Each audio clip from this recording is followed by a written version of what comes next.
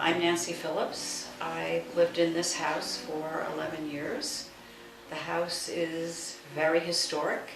It's been here since the 1870s. It actually has a name. It's called Shelter Cove. I've always felt that there was some other presence in the house that went beyond just us living here.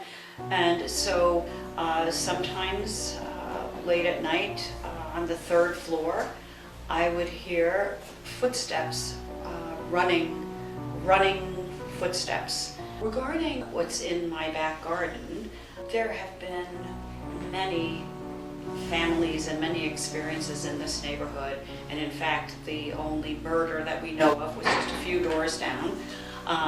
And the property had many mysteries to it, and when we bought the place, we were shown kind of a map of the back garden, and there was a place that indicated that there was something underground. So we excavated it. All right, 1, 2, 3. Oh my God. Okay, yikes. Okay, there we go. Holy shit. Look at that. Don't go any further. Awesome or what? Right, yeah. Now we need a ladder. Yeah. Do we have a ladder? Julie's like the coolest chick in the world. Give me that shit. This is not, an aqueduct where you're letting water in or anything like that. This is literally a cistern in the ground. Okay. That is amazing.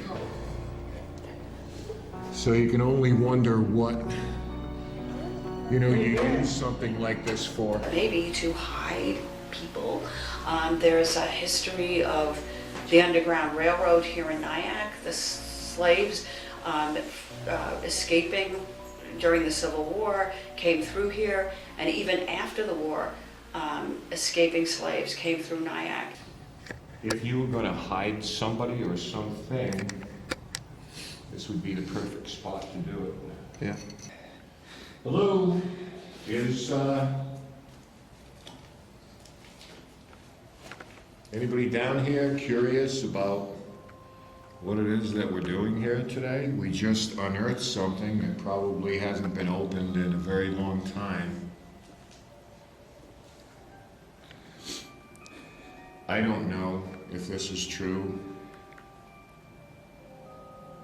Did you hide here? Did anyone hide here?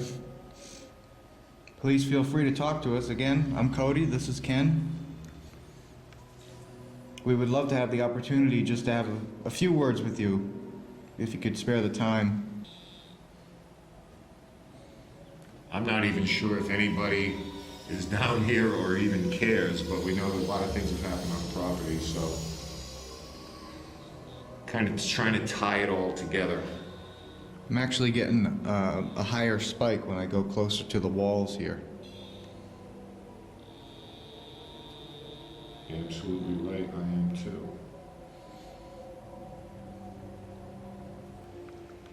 But this is the first time this has been uncovered in a very, very long time, and we were really amazed at what we saw down here.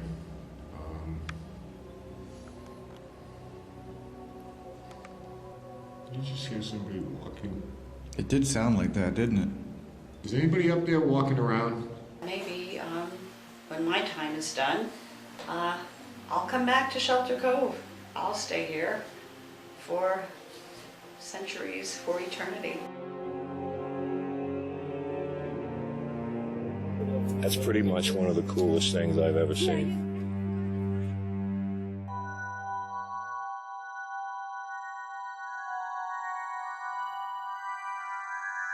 We come with the utmost respect for you and this house and the people that live here.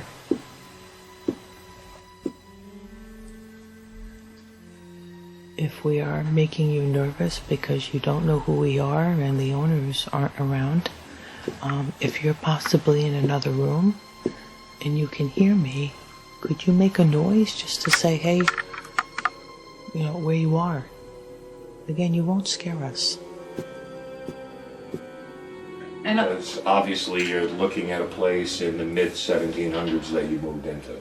And it was interesting to us because we found that the person who sold us the house had done a lot of research herself, including turning over a deed from a British major who supposedly purchased the house after the Revolution. This was found by the former owner of the house. So this dates back to 1789. That's fascinating. This is the wall that, when we moved in, the little dachshund dogs that you saw in the photo would sit and bark at. Looking at this wall. I'm not talking the first week. I'm not talking about the second week. I'm talking about 12 years Of barking at that wall at the oddest time of day or evening. Prevailing theory is maybe they see or perceive things that we don't, so. Could be. The dog just jumped.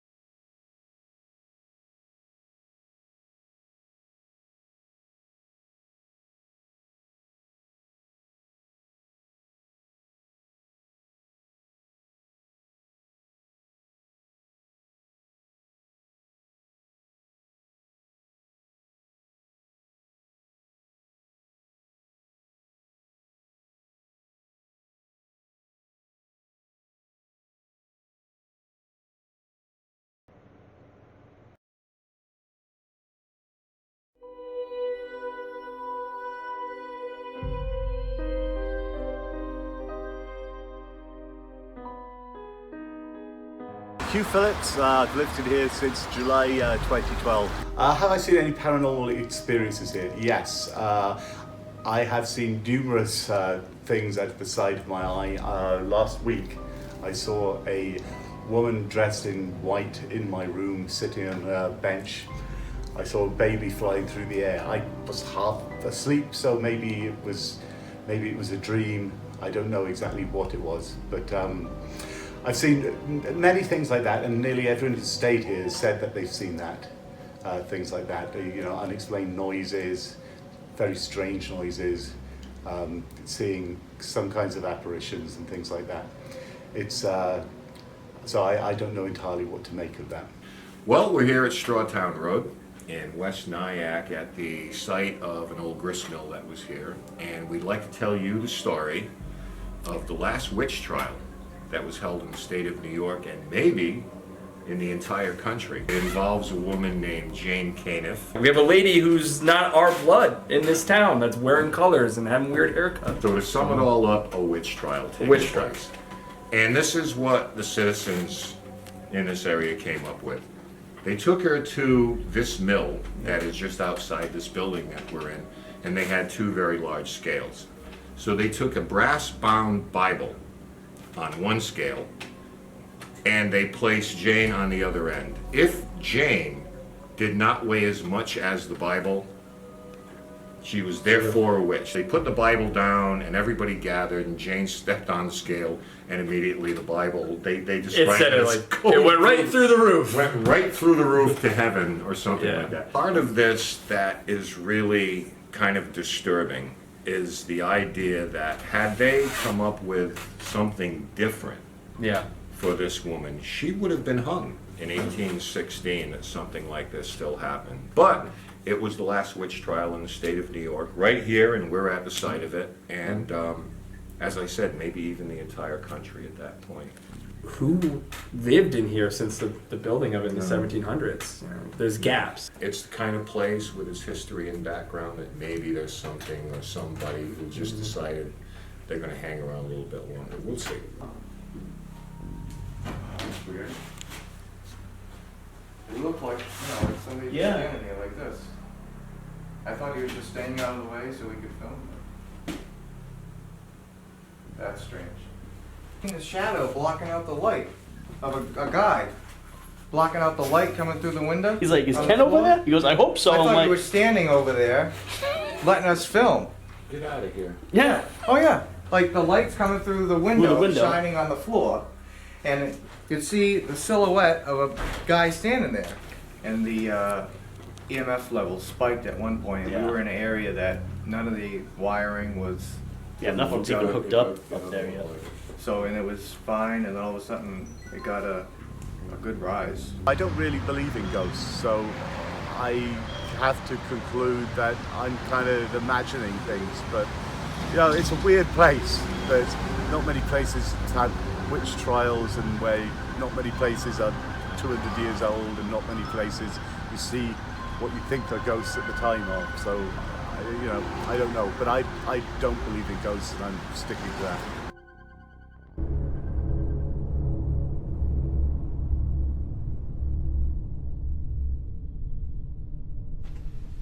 The heck is it?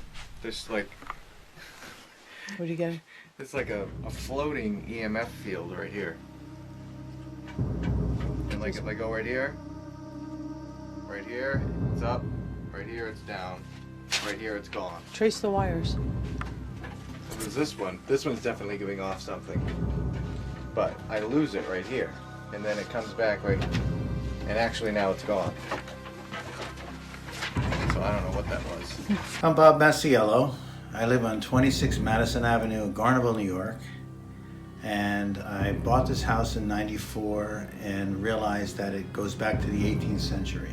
And then after doing further research, I realized that it's 3 houses enveloped into one house.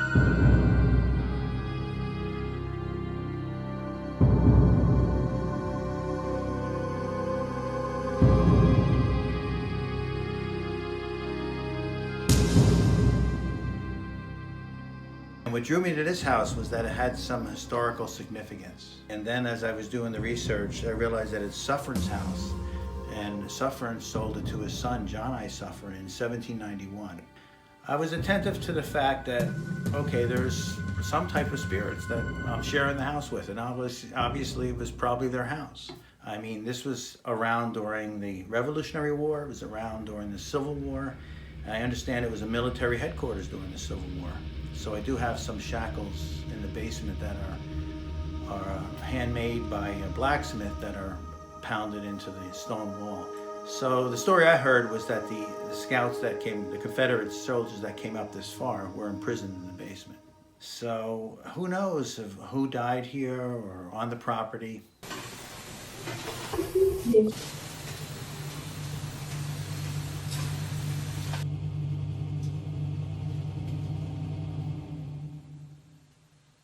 About 30 or 45 seconds ago, right? I think, Cody, before you asked that last question, I thought I heard a female audible, and they're pretty quiet upstairs, so I'm just, maybe about a minute ago, just see if you heard anything. From over here? No, very distant, but it sounded like a female, like a higher pitched voice. I did have one tenant downstairs. She was my first tenant. She was livid one day, and she said to me, "We can't live here any longer." She said, "Things are getting lost all the time or hidden. The blinds were actually moving."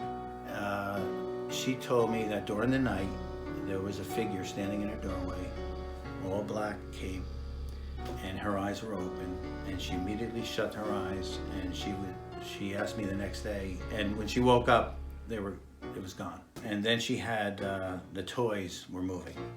And she said day after day, she would watch the toys move from one side of the room to the other, and she said she had enough. She's not gonna stay in the same house, so we lost those tenants. If there's somebody in here right now that likes to check on the tenants and you wander between the two buildings, hello to you. Do you want to come in and say something? Mark audio. Yeah, it might be someone outside, but I definitely heard that. One day, there was an invitation from 1928 for a dinner dance. And the invitation was for me and my wife. But not with our names on it, it was someone else. And that just was on the floor. And I could show you that invitation. It was handwritten, and it was on a dirt floor in the middle of the floor where I've been working and walking through so many times. And I don't know where it came from. It couldn't have fallen out of the floorboards. It just appeared on the floor one day. He found this in the basement. That was probably when Goodman with like no real reason that it should be there. It's just Right. nothing he'd ever seen before. Right, because he was working in the house. He lived here 6 months. He's going upstairs, downstairs, downstairs, and all of a sudden, in the middle of the basement, that just happened to be there.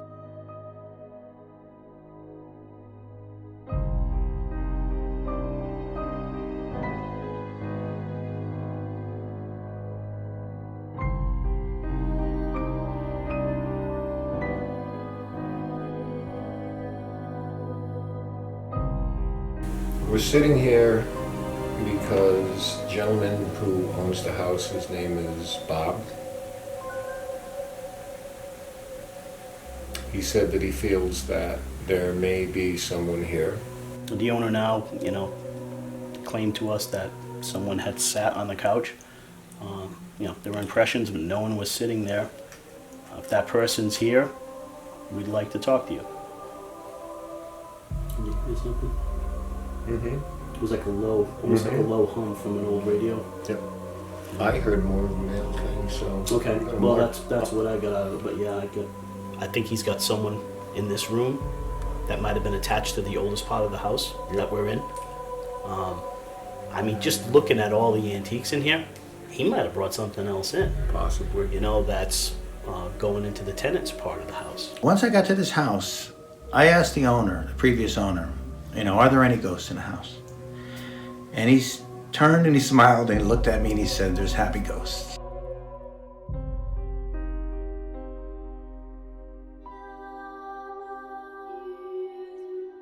My name is Carolyn Brewer. We live in Suffern, New York. We began to see lights and things twinkling, especially in this room and by the front door. Like we'd be sitting here and I would see lights shimmering. Now my husband is the biggest experiencer in the house. He's a hardcore skeptic. Even if you ask him now, he'll admit that he has seen and heard these things, but he'll say, "I don't know that it's a ghost, it's just, I don't know what's happening." I have heard voices downstairs for the last, 5-10 years. Basically, I was just coming down the flight of stairs. Carolyn was behind me, and we were talking, and I saw what looked like one of the children pretty quickly run out of my room. And it kind of made sense because they're not supposed to be in my room by themselves or whatever, and then I came around the bottom of the stairs and I looked around the corner, nothing there. And all the kids and you were were sleeping. behind me, and I was like, wow. Curious to see if they find anything. but I have really no big expectations.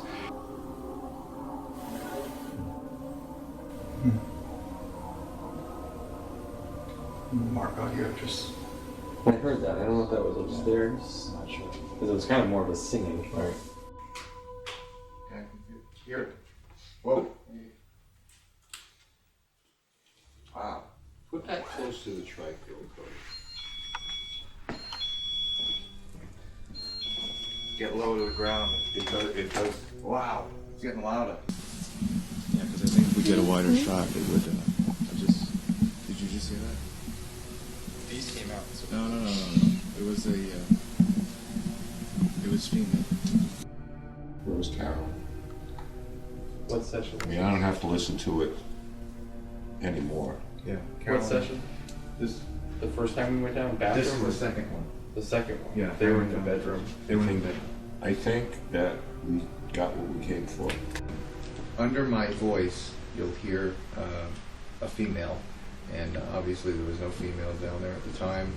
And your wife were up here, and this is definitely in the room with us because of the range on this. The range on this is about 3 feet,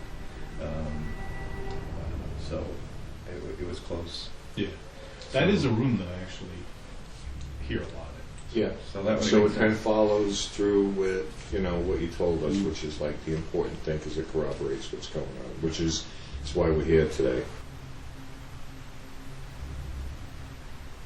I think if we get a wider shot. Yeah, I heard it. I'm gonna rewind it again. Okay. I think if we get a wider shot. Wow. Yeah, I don't know. We're going to run it through the sound programs that we have, and we're not going to alter it, but we're going to just basically amp it up. There shouldn't be a voice there, and there are 2 males there. Yeah. Carolyn is the only female in this house, and she's nowhere around at the time. I think if we get a wider shot, I think if we get a wider shot,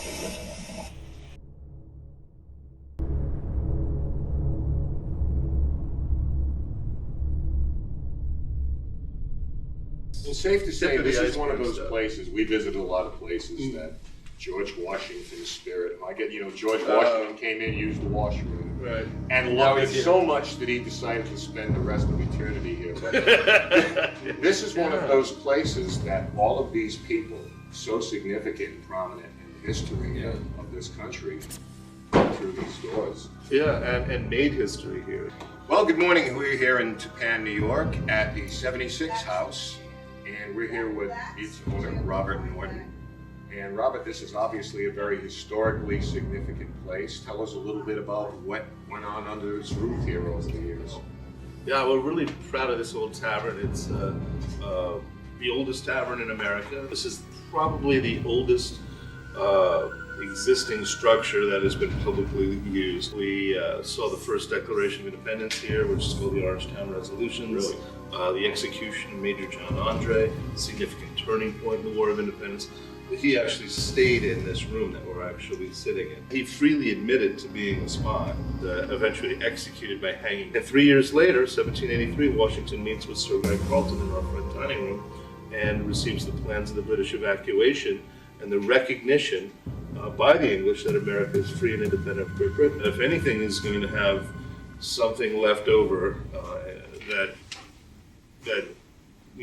wants to touch the living from the other side, Right. it would be here. We've had literally books written about Table 2. The place would be 85 degrees in the dining room and the woman would sit down and be like, I'm freezing. In the front room we have very fragile glass lanterns and there's nothing to shake this building. So these little delicate candelabras would fall on the floor up front. We'd be having a waiter meeting over here and up front we'd hear thunk, thunk, thunk, and silverware falling on the floor. You go up there, the glass never broke, you put it back on the table, just reset the table, but it was like someone was playing with us. For years this went on. The little corner, table 11, constantly myself and the whole staff sees people sitting in the corner. We have like a joke that we make with people, that like if you're sitting in table 11 and you don't get good service, it's because we don't really think you're sitting there. We're so used to going over there and we had a great wedding here. The bride and groom had a super time. It was such a great wedding that even the photographer stayed late. And a few days after the wedding, I get a call from the bride, and she's very happy about the wedding, but clearly there's something that's bugging her. And I'm like, so what's bugging you? I can hear like you're not like gushing like I thought you would. And she's like, well, I have this one picture, and it's my favorite picture of all the bunch, and it's like after the wedding, and there's this big woman that's photobombing us in the picture, and I'm kind of pissed because, you know, we had the whole restaurant to ourselves, and this, I don't know this person in this yellow dress. Understandable, sure. And like, why'd you let her in? And I'm like, does the person have a head? And she looks closer at the picture and she starts screaming into the phone. She's like, oh my God, I love this picture now. I'm like, yeah, you got a picture of the ghost. For a different reason. Exactly. That's the first question, Right. is like, do they have a head? I mean, such history here, and it's no wonder why you really do get these feelings and stories of you know, such a variety. It's got the vibe, that's for sure. Amazing energy.